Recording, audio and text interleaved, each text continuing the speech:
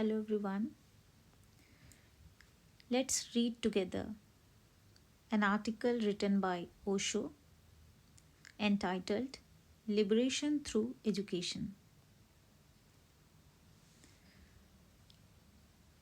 Osho on Education. Beloved Osho, at the gates of universities in India, it is written, education is that which liberates. Today in India, everyone agrees that the education system is a mess, but no one tries to change it. What are the defects of the education system in India? What kind of education can be helpful for the inner and outer growth of the individual so that the new man and the new society can be born? What subjects are needed for the right type of education? Osho replied,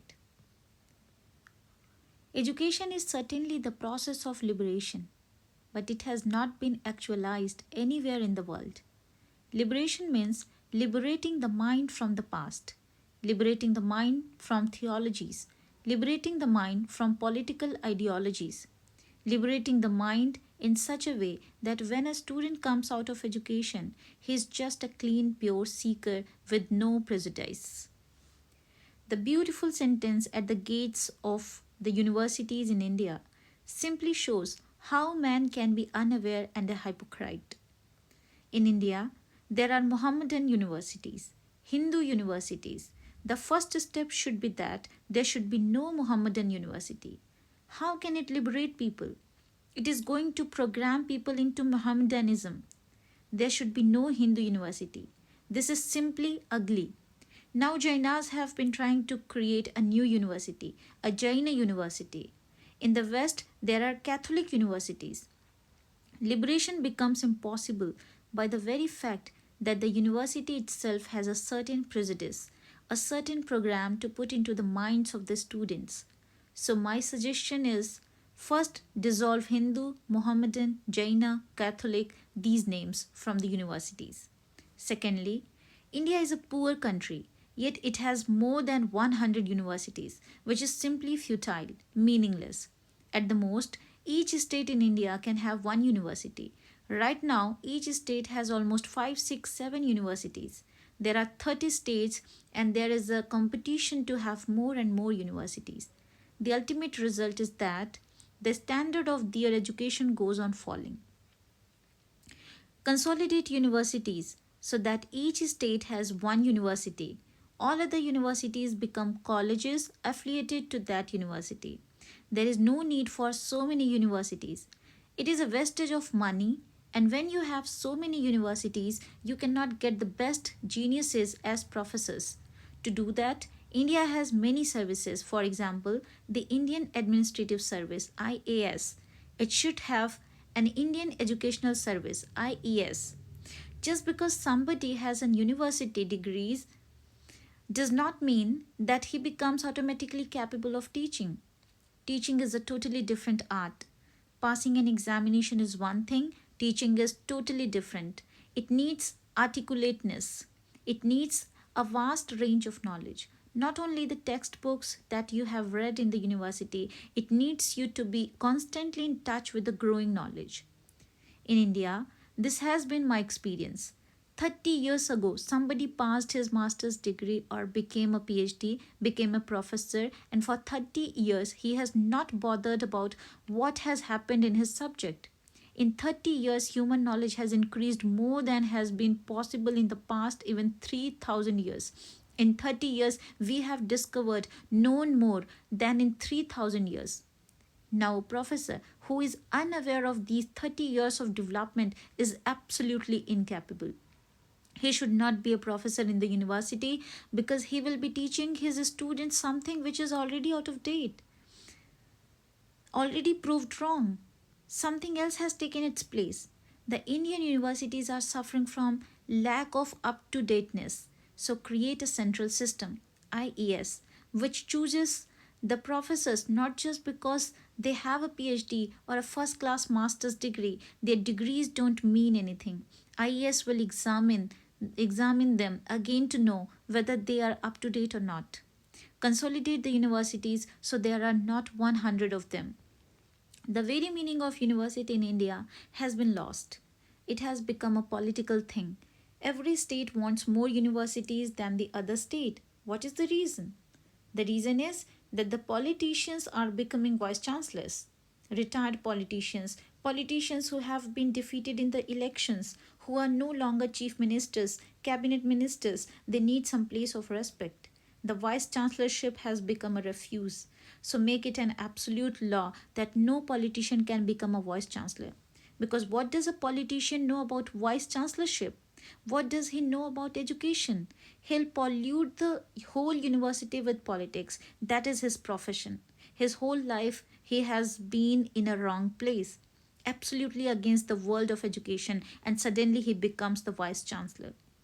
And of course, because vice chancellors are chosen, elected by the professors of the universities, those professors can be pressurized. Their promotions. Somebody is going to become dean, somebody is going to become the reader, somebody is going to become the professor. Their own ambitions can be used.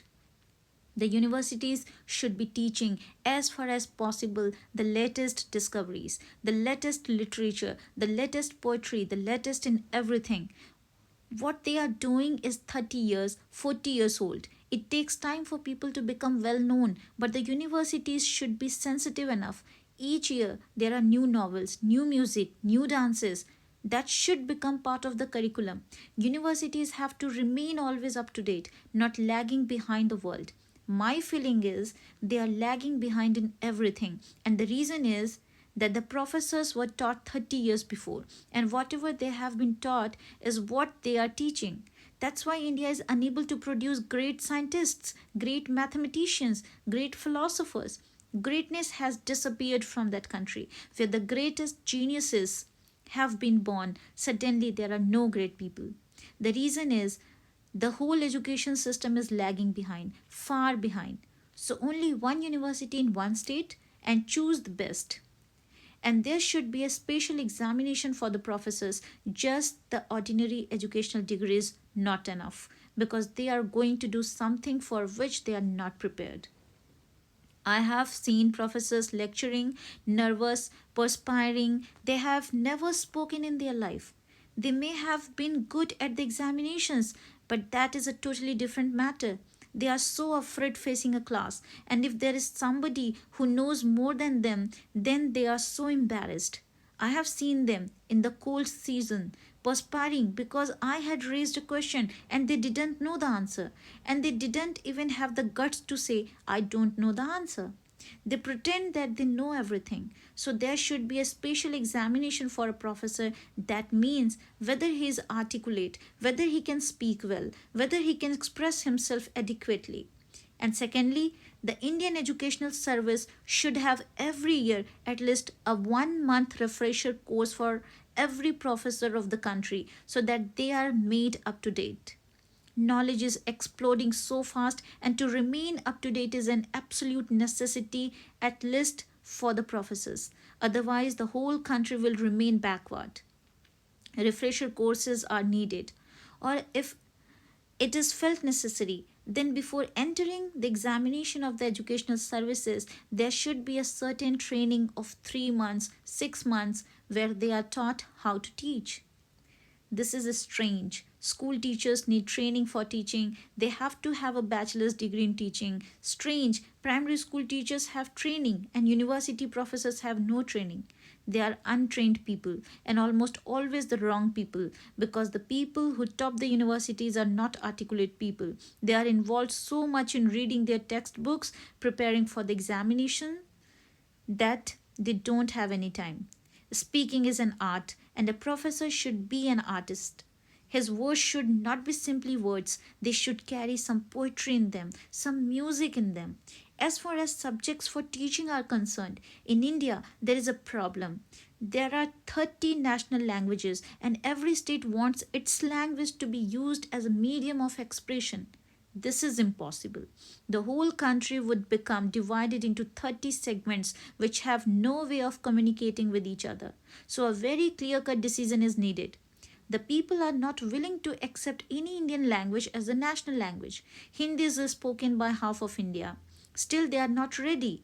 The other half is not ready to accept it as a national language. And I can understand their difficulty. If Hindi becomes the national language, then all other languages, Bengalis, Assamese, Gujarati, Marathi, Malayalam, Telugu, they will all be losers because in every national competition, the person whose mother tongue is Hindi is bound to be superior. The only way is that English, which is foreign to everybody, should be the national language. So each state should have two languages from the very lowest school to the college to the university. English as the national language and the local state language as the state language. But a certain language is needed which makes communication possible. English is spoken and understood by only 2% of the people and Hindi by 50% of the people. But the percentage is not the question. The point is, English is acceptable to everybody because nobody is going to be benefited.